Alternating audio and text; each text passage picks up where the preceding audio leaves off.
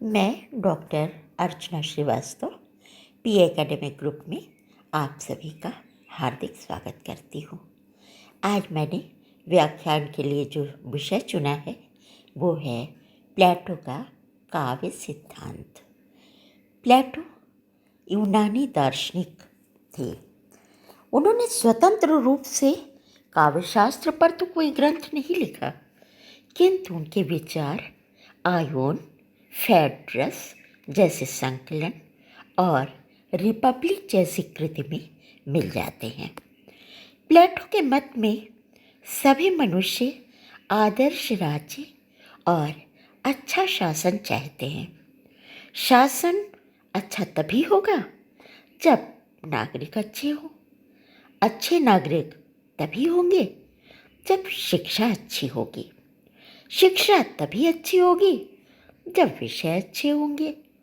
विषय वे ही अच्छे होंगे जो तन और मन दोनों को अच्छा बनाएंगे। जब तन स्वस्थ होगा और मन सुसंस्कृत। तन के लिए व्यायाम तो मन के लिए संगीत आवश्यक है। तन और मन दोनों के परिष्कार के बाद ही दूसरे विषय बनाए जाने चाहिए। राज्य पर प्लेटो जब विचार करते हैं तो कवि, कलाकार और कलाओं पर भी अपना पक्ष रखते हैं। वे कवि, कलाकार और उनकी कृतियों को राजनीति, शासन व्यवस्था और नैतिकता के परिवेश में देखते हैं। कविता आवेग में जन्म लेती है, भावनात्मक दबाव में रहती है, अतः कविता अवैज्ञानिक और तर्कहीन होती है। प्लेटो दैवी प्रेरणा को महत्वपूर्ण मानते हैं। उनके मत में उच्च कोटि का काव्य भावनाओं, विचारों का संचार करता है, ज्ञान का प्रकाश करता है और समाज के लिए कल्याणकारी होता है। लेकिन सामान्यतः ऐसा होता नहीं। कवि उच्च आदर्शों को क्षीण बनाकर उसके प्रति अनास्था उत्पन्न कर देता है, अतः वो समाज के लिए घातक है। और ऐसे कवियों को प्लेटो ने राज्य से बाहर करने की सलाह भी दे दी है। प्लेटो आदर्शवादी दार्शनिक हैं। उनके दृष्टि में प्रत्यय ही सत्य है, जबकि इंद्रिय गोचर होने वाला वस्तु जगत उस प्रत्यय का अनुकरण है, अतः वो मिथ्या है। कलाकार जैसे कैनवास पर प्राकृतिक दृश्य उकेरता तो है, लेकिन वस्तुतः वो सत्य का अनुकरण करता है। ठीक वैसे ही कवि द्वारा वस्तु जगत को जो शब्दायित किया जाता है वो मात्र अनुकरण है और इसीलिए प्लेटो उसको मिथ्या मानते हैं, काल्पनिक मानते हैं। प्लेटो के विचार में ईश्वर सत्य है। उसने एक अखंड सत्य की रचना की जो मानसिक है। प्रकृति या सृष्टि उसकी अनुकृति है, अतः कवि की रचना सत्य से बहुत दूर हो जाती है। प्लेटो ने संगीत को इसीलिए महत्व दिया क्योंकि संगीत नियमित गति पर केंद्रित होता है, उसका एक सिद्धांत होता है। ठीक ऐसे ही प्लेटो ने गणित और विज्ञान को भी सिद्धांत पर आधारित होने के कारण महत्वपूर्ण माना है। प्लेटो के अनुसार वस्तु के 3 रूप होते हैं: आदर्श, वास्तविक और अनुकृत। अनुकरण के भी 2 पक्ष हैं। एक वो तत्व जिसका अनुकरण किया जाता है और दूसरा अनुकरण का स्वरूप।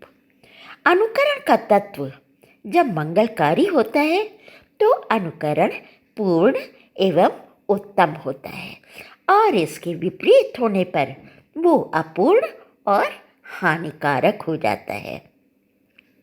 प्लेटो कविता में लय, भाव, भाषा, संगठन के औचित्य को भी महत्वपूर्ण मानते हैं। प्लेटो ने पहली बार काव्य का वर्गीकरण गीतात्मक, महाकाव्यात्मक, नाट्य प्रधान इन 3 रूपों में किया, जो आज भी प्रासंगिक है। उन्होंने मनोरंजन से अधिक महत्व उपदेशात्मकता को दिया और बताया कि श्रेष्ठ काव्य वो है जो मनुष्यों के चरित्र का निर्माण करता है, उसका उत्थान करता है। प्लेटो ने ट्रेजेडी पर विचार करते हुए विरेचन शब्द का प्रयोग भले ही न किया हो, लेकिन यह अवश्य माना है कि भय और करुणा ट्रेजेडी के उपयुक्त मनोभाव है। प्रकारांतर से प्लेटो विरेचन को भी अपना समर्थन प्रदान करते हुए दिखाई देते हैं। प्लेटो के काव्य विरोध के मात्र 4 आधार हैं। पहला है नैतिक आधार। प्लेटो चूंकि आदर्शवादी विचारक थे, इसलिए काव्य में सज्जनों को दुख और दुर्जनों को सुख भोगते हुए जो दर्शाया जाता है, प्लेटो को यह कतई मान्य नहीं था, क्योंकि उनकी दृष्टि शिवत्व पर और कल्याण पर है। दूसरा भावात्मक आधार। कवि के चित्रित पात्र अवास्तविक और काल्पनिक होते हैं, किंतु जब पाठक उन्हें पढ़ता है तो वो उनको वास्तविक मानकर उसके अनुसार आचरण करने लगता है। तीसरा है बौद्धिक आधार। प्लेटो के मत में कवि को सत्य का बोध नहीं होता, वो वास्तविक जगत के छायाभासी चित्र को ही प्रस्तुत करता है। चौथा शुद्ध उपयोगितावादी आधार। प्लेटो के विचार में चूंकि काव्य समाज के उत्थान में अपनी भूमिका का निर्वाह नहीं कर पाता है, इसीलिए उन्होंने उसे अनुपयोगी माना। प्लेटो की दृष्टि में कला वही श्रेष्ठ है जो बेहतर समाज बनाने में सहायक होती है। उनके विचार काव्य विरोधी नहीं हैं, अपितु ऐसे काव्य के विरोध में हैं जो समाज के लिए अनुपयोगी है। प्लेटो ने आदर्शवाद के आधार पर ही अपनी काव्य संहिता तैयार की है। प्लेटो के विचार काव्य के सत्पक्ष को उभारने, शिवत्व का निर्माण करने में सहायक जान पड़ते हैं। उनकी अवधारणाएं परवर्ती विचार के लिए प्रेरणा स्रोत हैं। काव्य में नैतिकता को प्लेटो ने सर्वाधिक महत्वपूर्ण माना है। सच्चाई यही है। स्वच्छंदतावादी, यथार्थवादी, अति यथार्थवादी कविताओं ने समाज का क्या भला किया, बस तनिक सा झकझोरा भर ही तो है।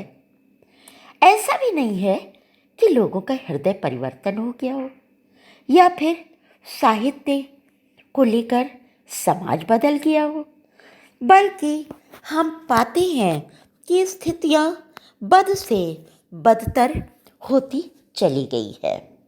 अतः ये सच है कि आज के साहित्य में नैतिकता एक मिसिंग एलिमेंट तो है ही, इस बात से हम इनकार भी नहीं कर सकते हैं।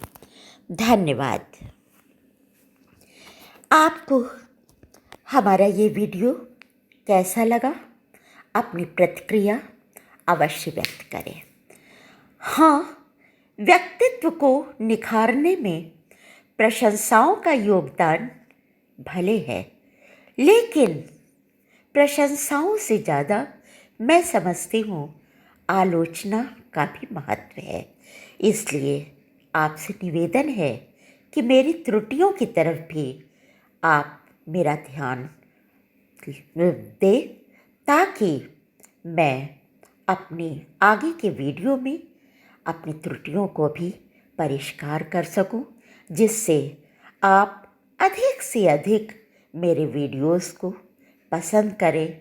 उसे आपकी प्रतिक्रियाओं की, आपके सुझावों की बहुत आवश्यकता है।